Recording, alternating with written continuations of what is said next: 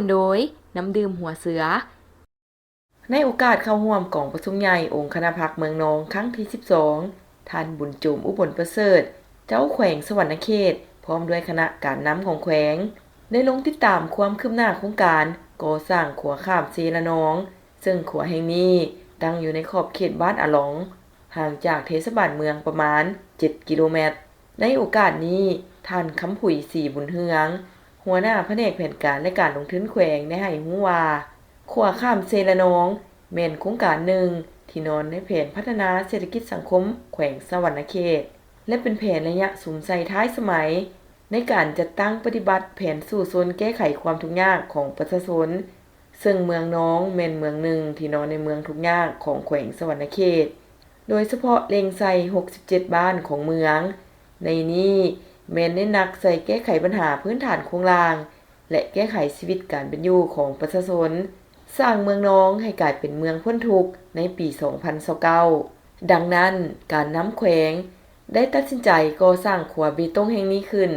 โดยจะเฮ็ดให้การสัญจรของประชาชนที่อาศัยอยู่ฝั่งศิลานองเมืองนั้น11บ้านมีประชาชนประมาณ 6,000 กว่าคน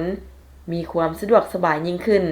ถ้าว่าขัวแห่งนี้สร้างสำเร็จแล้วจะนำผลประโยชน์อันหลวงหลายมาให้ประชาชนที่อาศัยอยู่ในเขตนี้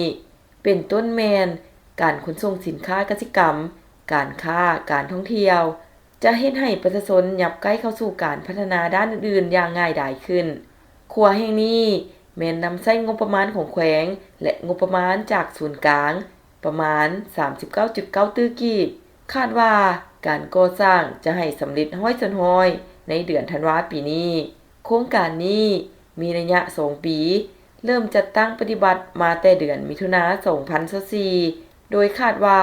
จะให้สำเร็จก่อนกำหนดเวลาของโครงการซึ่งถือว่าเป็นขัวแห้งทำอิฐของศิลานองถ้าก่อสร้างสำเร็จสามารถใช้ขัวแห่งนี้ต่อใส่แขวงสารวันได้เลยพร้อมนั้นท่านคำพองสมวิจิตรหัวหน้าแผนกโยธาธิการและขนส่งซึ่งเป็นผู้รับผิดชอบทางด้านเทคนิคก็ได้ให้รู้ว่าขัวแห่งนี้มีความยาว170 เมตรมี7ส่วงมี8เสา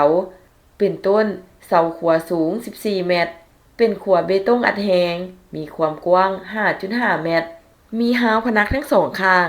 การจัดตั้งปฏิบัติโครงการมาฮอดปัจจุบันสำเร็จแล้ว59ส่วนห้อยสำเร็จการก่อสร้างเสาได้4เสาแล้วส่วนข้างขัวแผ่นพื้นและหาวพนักแม่นได้รอสำเร็จแล้วรอท่าติดตั้งขัวแห่งนี้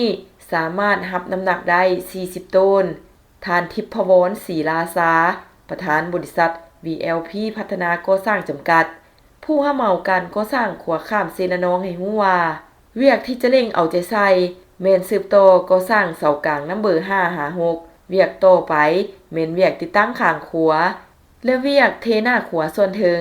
คาดว่าจะให้น้ำใช้ก่อนฤดูฝนที่จะถึงนี้และจะเปิดน้ำใช้อย่างเป็นทางการในเดือนธันวาคม2025ความซื่นใจมีหน้าตาเป็นแบบใดหน้าตาที่คุ้นเคยแต่เห็นแล้วซุ่มซื่นหัวใจน้ำดื่มหัวเสือคุณภาพเหรียญคำระดับสากลเติมความซื่นใจห่วงใยทุกเวลา